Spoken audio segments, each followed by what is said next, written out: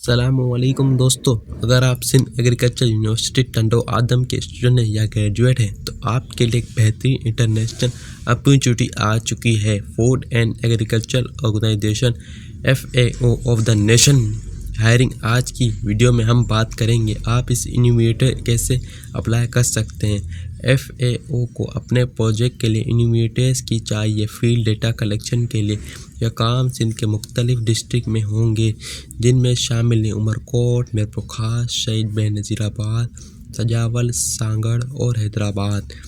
Apply करें सिर्फ Sindh agriculture university Tando आदम के स्टूडेंट और ग्रेजुएट BS और MS लेवल।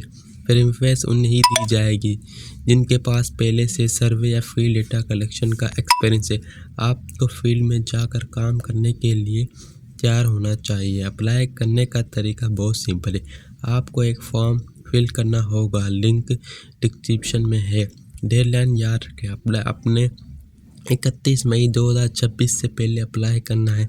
सारी इंफॉर्मेशन बिल्कुल सही प्रोवाइड की गई है क्योंकि ये इंटरनेशनल ऑर्गेनाइजेशन के साथ काम करने का सुनहरा मौका है।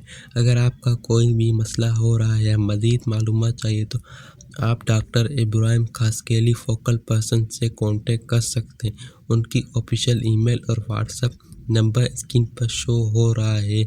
इस वीडियो को अपने SAU के दोस्तों से ज़रूर शेयर करें ताकि कोई भी इस मौके से पीछे ना रह जाए। मिलते हैं अगली वीडियो में।